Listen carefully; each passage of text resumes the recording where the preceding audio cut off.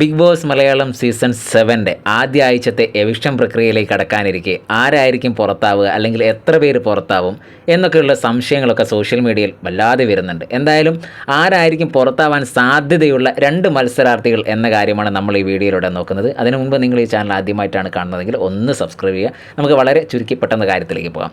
അപ്പോൾ ഒരു എവിക്ഷൻ പ്രക്രിയയിലേക്ക് പോവുകയാണെങ്കിൽ എത്ര മത്സരാർത്ഥികൾ പുറത്താവാൻ സാധ്യതയുണ്ട്, അത് ആരൊക്കെ?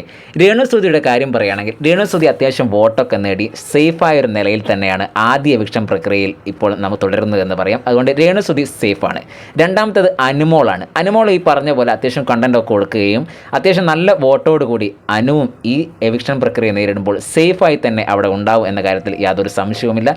മൂന്നാമത്തതിലേക്ക് കടക്കുമ്പോൾ ജിഷയിലാണ്. ജിഷയിലും അത്യാവശ്യം കണ്ടൻറ്റ് കൊടുത്ത് പ്രതീക്ഷയ്ക്ക് അപ്പുറത്ത് ഉയർന്നൊരു മത്സരാർത്ഥിയാണ്. അതുകൊണ്ട് ജിഷയിലും ഈ തവണ സേഫാണ് വോട്ടടിസ്ഥാനത്തിൽ എന്ന് പറയാം. പിന്നീട് നെവിനാണ്.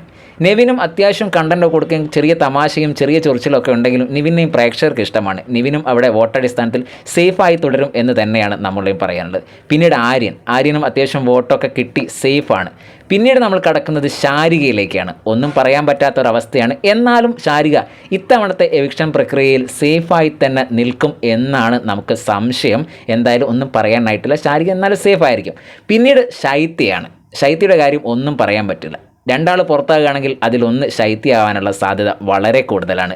അതുകൊണ്ട് 2 ആൾ പുറത്താവുമോ എന്നറിയില്ല.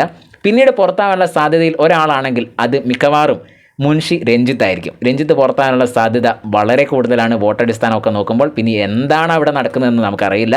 എന്തായാലും ഇതാണ് ഒരു എവിക്ഷൻ പ്രക്രിയ ഉണ്ടെങ്കിൽ 2 ആൾ പുറത്താകണമെങ്കിൽ ശൈത്യയും അതേപോലെ തന്നെ മുൻഷി രഞ്ജിത്തുമായിരിക്കും. ഇനി ഒരാളാണെങ്കിൽ മുൻഷി രഞ്ജിത്തായിരിക്കും. എന്തായാലും നമുക്ക് കണ്ടറിഞ്ഞ് കാണാം.